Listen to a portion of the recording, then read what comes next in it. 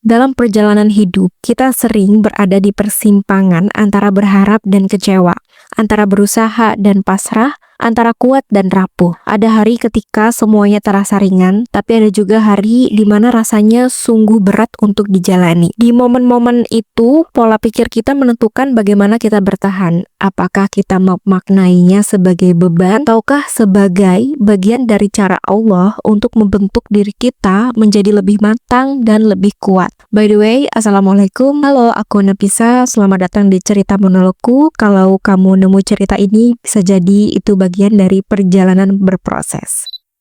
Satu hal yang sering terlewat adalah bahwa ketenangan bukan datang dari selesainya masalah, tapi dari cara kita memandang masalah. Ketika hati penuh keluhan, hidup akan terasa berat. Meski sebenarnya nggak begitu berat, tapi ketika hati penuh tawakal, bahkan cobaan yang besar pun bisa dilalui. Bersyukur dan berpasrah kepada Allah bukan sekedar ucapan, itu adalah pola pikir. Cara membuat hidup dengan mata yang lebih luas, bukan hanya dari sudut pandang dunia, tapi juga dari sudut pandang akhirat. Saat kita merasa hilang arah, cobalah berhenti sejenak dan bertanya pada diri sendiri, apa sebenarnya yang sedang Allah ajarkan lewat keadaan ini? Alih-alih bukan kenapa harus aku, tapi kita ubah menjadi untuk apa Allah menempatkan kondisiku berada di sini. Dan cara pandang ini akan mengubah segalanya. Ketika kita merubah fokus dari mengeluh menjadi memahami, dari menuntut menjadi menerima, dari tergesa-gesa menjadi tenang, hidup yang tadinya terasa penuh dengan ketidakpastian justru akan berubah menjadi perjalanan yang penuh makna. Kita akan menyadari bahwa keadaan yang terjadi akan tepat pada waktunya, meski sebenarnya tidak sesuai dengan keinginan kita. Bersyukur itu bukan tentang menghitung nikmat yang terlihat.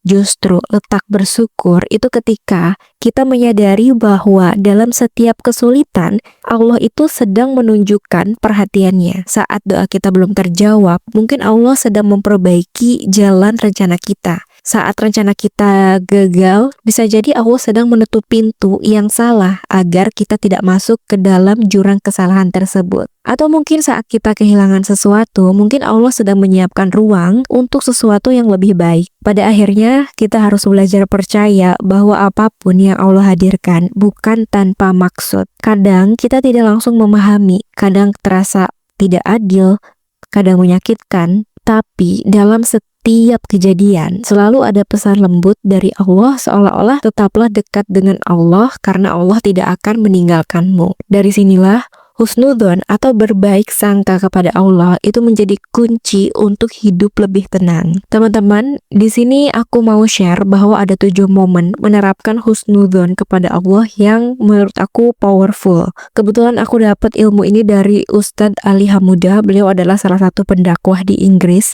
dan aku berharap banget dengan aku share tips ini, pelan-pelan pola pikir kita menjadi sering berhusnudzon kepada Allah. Yang pertama adalah saat menghadapi kesulitan finansial. Husnudzon berarti percaya bahwa Allah tidak akan membiarkan hambanya kelaparan atau jatuh tanpa penopang. Rezeki selalu datang meski lewat pintu yang tidak kita sangka. Di saat uang terasa cukup-cukup aja, atau ketika tagihan terasa lebih cepat datang dari pemasukan. Ingatlah bahwa Allah sedang mengajarkan kita pengelolaan, kesabaran, dan tawakal. Aku pernah menemukan salah satu hadis tapi aku lupa, yang pada intinya itu barang siapa yang ditimpa kesempitan, kemudian ia menggantungkan harapannya kepada manusia, maka kesempitannya itu nggak akan hilang. Tetapi siapa yang menggantungkan harapannya itu kepada Allah, maka rezekinya akan datang kepadanya. Teman-teman, hari ini bisa jadi cara Allah menghindarkan kita dari sesuatu yang lebih buruk.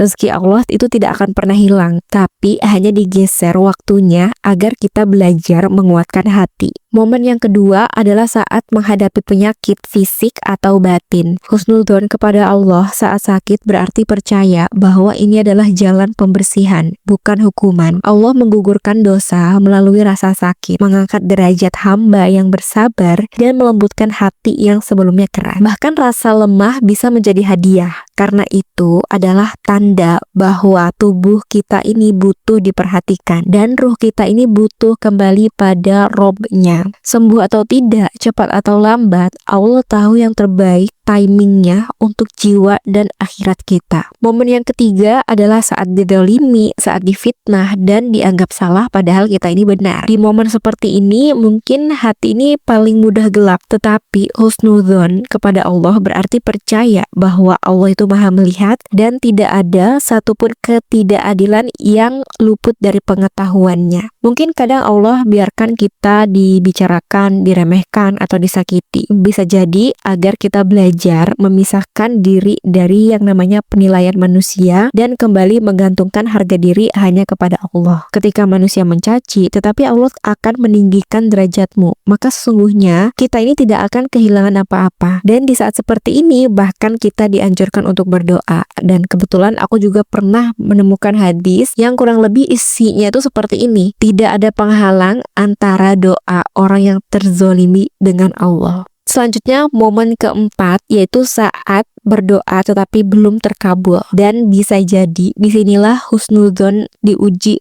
paling keras. Banyak orang berhenti berdoa bukan karena tidak butuh, tapi karena patah hati. Padahal doa yang belum terkabul bisa jadi itu adalah tanda cinta. Allah menunda terkabulnya doa itu agar kita semakin dekat. Mungkin Allah itu sedang mengganti agar kita tidak salah memilih. Allah bisa jadi sedang menghalangi agar kita tidak jatuh pada sesuatu yang membinasakan. Dan tidak ada yang namanya doa yang gagal. Hanya saja ada doa yang diganti, ditunda, atau disimpan untuk akhirat dengan hadiah yang jauh lebih besar. Seringkali mungkin kita bertanya, aku sudah doa lama sekali, kenapa belum dikabulkan? Ketahuilah bahwa keterlambatan adalah bisa jadi penjagaan. Bisa jadi yang kita minta itu belum baik untuk kita di waktu yang kita tentukan. Aku pernah mendengar bahwasannya ada hadis yang pada intinya itu bilang bahwa berdoalah kepada Allah dalam keadaan yakin bahwa doa itu akan dikabulkan. Jadi, jangan pernah tentukan tanggal untuk Allah. Jika doa kita belum terkabul, maka ucapkan, "Ya Allah, Engkau tahu waktu yang terbaik bagi aku." Dan tetap berdoa meski hati sedang lemah.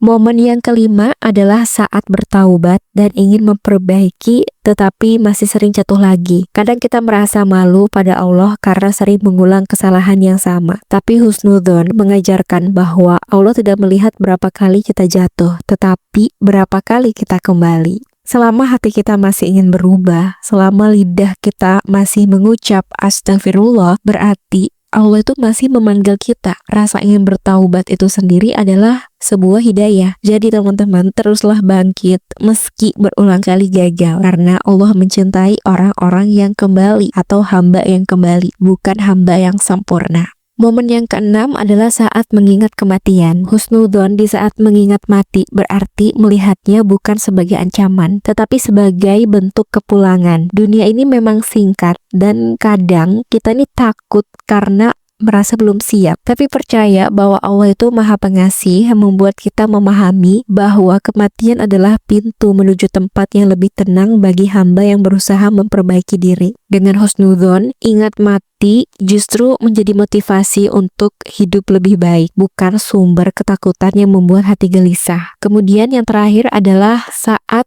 menyaksikan kezaliman besar di dunia. Mungkin sebagian dari kita bertanya, kalau Allah Maha Adil, kenapa kezaliman ini dibiarkan? Husnudzon berarti percaya bahwa dunia ini bukan tempat balasan. Di dunia, orang baik bisa menderita dan orang zalim itu bisa tampak menang. Tapi teman-teman harus ingat, semuanya itu hanya sementara. Setiap kezaliman ada penanggung jawabnya. Setiap air mata ada gantinya. Allah tidak akan pernah lalai. Kita hanya belum melihat ujung kisahnya saja. Dan di akhirat, keadilan Allah akan lebih sempurna daripada yang pernah kita bayangin. Teman-teman, terima kasih banyak udah mendengarkan ceritaku sampai akhir. Kesimpulan yang harus diingat adalah hidup ini tidak selalu berjalan sesuai keinginan kita, tetapi akan selalu berjalan dengan ketetapan terbaik dari Allah. Selama kita terus berusaha, bersyukur, dan percaya bahwa ada rencana terbaik dari Allah, maka setiap langkah, bahkan sekalipun itu berat, akan selalu membawa kita mendekat pada kebaikan yang sudah Allah siapkan. Karena pada akhirnya tidak ada yang lebih menenangkan selain yakin bahwa kita selalu berada dalam penjagaan Allah. Teman-teman, terima kasih banyak sudah mendengarkan cerita ini sampai akhir. Aku minta maaf ya kalau ada salah kata dalam video ini. Tidak ada niatku menjadi si paling bijak atau si paling tahu. Aku hanya bercerita mengenai apa yang pernah aku dapatkan. Kalau teman-teman suka dengan video ini, boleh like dan komen yang membangun. Tapi aku minta tolong komennya yang sopan ya teman-teman. Aku akhiri, billahi fisabilil haq fastabiqul khairat. Wassalamualaikum warahmatullahi wabarakatuh.